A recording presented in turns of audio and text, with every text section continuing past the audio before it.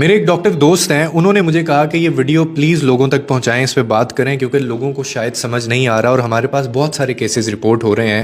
خطرے کی گھنٹی جو ہے وہ بج گئی ہے جناب۔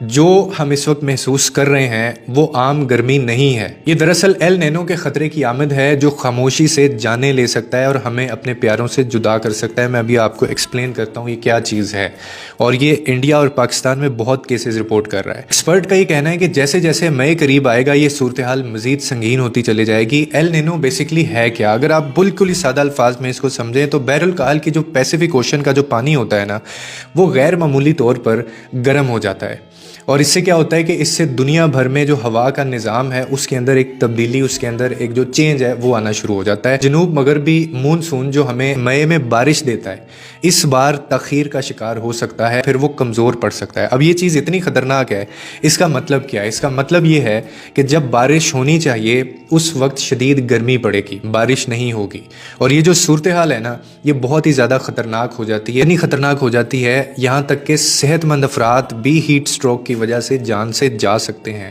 اور یہ سب سے زیادہ خطرناک اس لیے کہ آپ کھڑے کھڑے گر جائیں گے، آپ کو پتہ ہی نہیں چلے گا، اور اس کی علامات بھی اسی وقت ظاہر ہوتی ہیں جب ٹائم کم ہوتا ہے۔ اسی لیے اپنی حفاظت کے لیے فوری آپ کو یہ اقدامات کرنے ہیں۔ خدا کے لیے پیاس لگنے کا انتظار مت کریں ایسی گرمی میں، یہ بہت خطرناک ہے۔ پیاس جو ہوتا ہے نا وہ اس بات کی علامت ہوتی ہے کہ آپ کا جسم پہلے ہی پانی مانگ رہا ہے، وہ ڈی ہائیڈریشن کا شکار ہو چکا ہے، اور اس کے بعد آپ جب مزید پانی نہیں پیتے تو آپ اس کا شکار ہو سکتے ہیں۔ ہر گھنٹے پانی پئیں، بچوں اور بزرگوں کو خدا کے لیے باہر نہ جانے دیں، ان کو اندر گھروں کے اندر رکھیں، ہمیشہ اپنے پاس پانی کی بوٹل رکھیں۔ اس کا سب سے خطرناک جو وقت ہوتا ہے نا وہ ہوتا ہے کہ آپ صبح 11 بجے سے دوپہر 3 بجے تک، چاہے آفس میں ہیں چاہے آپ کہیں بھی ہیں، آپ باہر مت نکلیں، کیونکہ اس وقت سورج کی جو شعاعیں ہیں وہ براہ راست جسم پر پڑتی ہیں، اور اگر ممکن ہو تو گھر کے اندر رہیں، باہر اگر بہت ضروری کام نہیں ہے تو مت نکلیں۔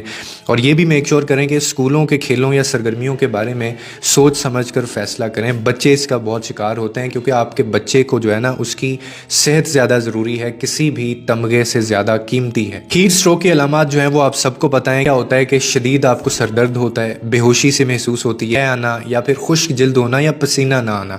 اگر یہ علامات آپ کو ظاہر ہو رہی ہیں یا آپ کسی کو یہ علامات ظاہر ہوتا دیکھ رہے ہیں تو مریض کو سایہ دار جگہ پر لے کر جائیں، فوراً پانی پھینکیں یا اس کو پانی پلائیں، گیلے کپڑوں سے جسم ٹھنڈا کریں اس کا، یا پھر فوراً اس کو ہاسپٹل لے کر جائیں۔ اور آخر میں یہی کہ یہ معلومات پڑھ کر خاموش نہ رہیں، کیونکہ زیادہ سے زیادہ لوگوں کو پتہ چلے گا تو نہ جانے آپ کتنی جانیں بچا سکتے ہیں۔